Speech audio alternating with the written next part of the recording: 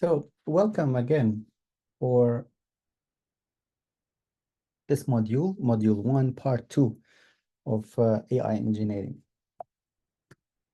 So we can see that we were moving from software 1.0 to 2.0, and nowadays also we see a very big shift from traditional machine learning modeling, which is like a data training and evaluation. You have the data, you give it to the machine learning, you get the model, you evaluate the model, you go through this iterative steps until you are satisfied with the model.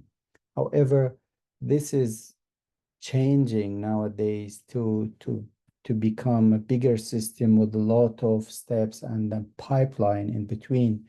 And that is the combination of software 1.0 and 2.0, which is the concepts of software engineering now is applied on machine learning and AI, because the AI and machine learning are not a simple program anymore. They are systems now. So you can see that all the concepts of software engineering are adapted nowadays to the machine learning. So for example, we had in the classical software engineering, in the classical programming, for example, we had the requirement, but now we have the requirement, but part of the requirement is the data collection. And you have the risk and fault handling, user interaction design, and all these things. For example, the architecture that was part of the software engineering. Now we have also the pipelines, how to design the pipelines, and how to design the telemetry, for example. And that is part of the implementation. We have the quality assurance, which is great part of it, is also data quality, model quality, and fairness, for example, and privacy, and so on. So you can see that all the concepts of software engineering are applied here also on machine learning systems, not a program. When we talk about system, we talk about big programs, big system with many components, not a simple program on your computer. So that is what we call it, building intelligent systems, which is the AI engineering. So the big question is how to engineering the development process of AI systems, which is combination of many components, as we said. So we have the concepts of data science, we have software architecture, which is the development process, and for example, you have data ops, model ops, and we have, for example, the domain-specific AI engineering, which is like, for example, security for AI and data trail, and for example, explainability of the models and so on. So it's a huge, huge area that covers many, many things, but from an engineering perspective, from a software engineering perspective.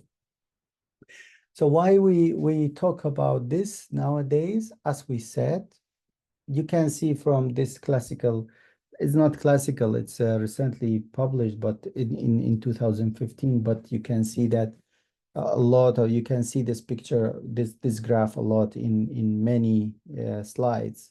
So you can see that machine learning code, the normal program that is written in Python, for example, is a very small part of the system, but you have many, many other tools, many other components, many other things that collaborate all together to make the system, the machine learning system. So you have the data collection, you have the feature extraction, you have analysis tools, the data verification, the resource management. All these are activities.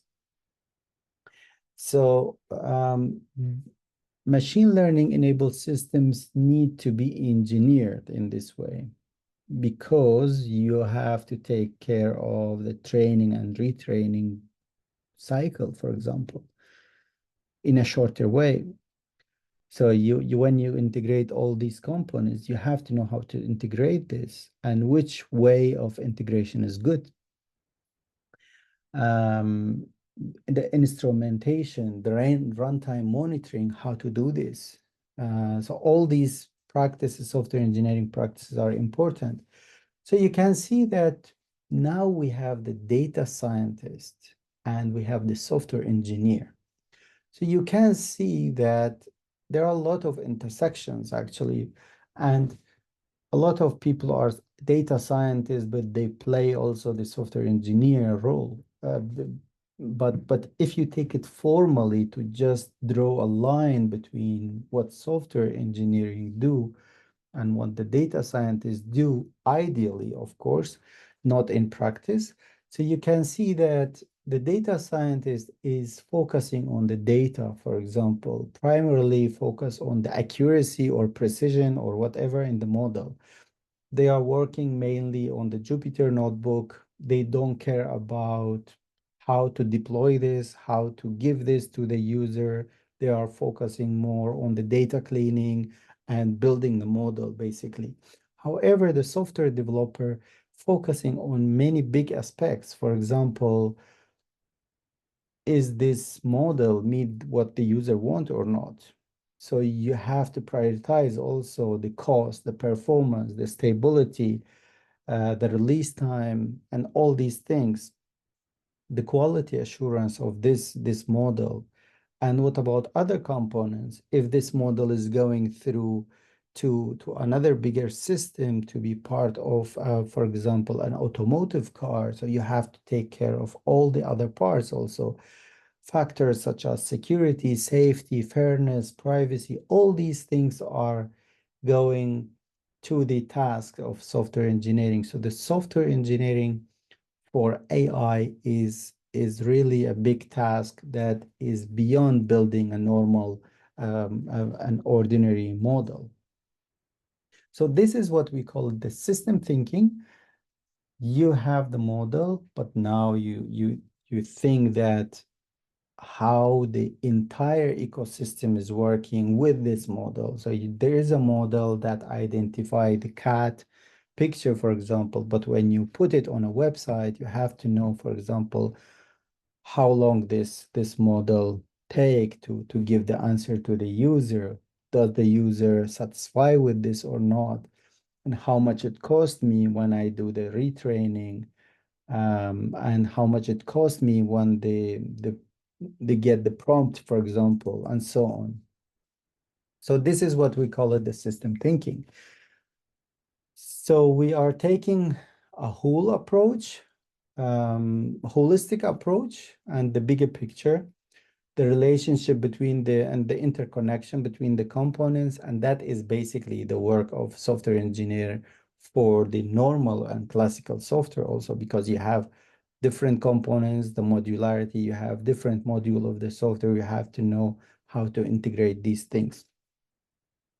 How human interact with this model, for example, the dynamic of the systems, the dynamics of the system, and the feedback loop.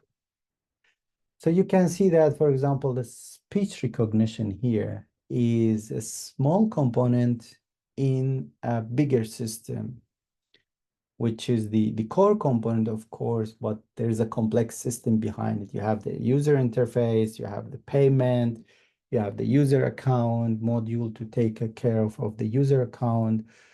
Um, so there are many challenges actually. For example, when you get the data, how to make sure that the data is updating, how you make sure that the data is not shifting, is not changing. If you get large amount of data, where do you want to save it? Interact with real world, feedback loop, dealing with the lack of modularity. If you don't have modules in the AI components, how to deal with this, maintainability, versioning, and when you retrain the model and you have a new model, what you do with the old model, what you archive it, what how you deploy this again, and the when you have a new code, when you have the versioning of the code, the versioning of the data, the versioning of the of the models, for example.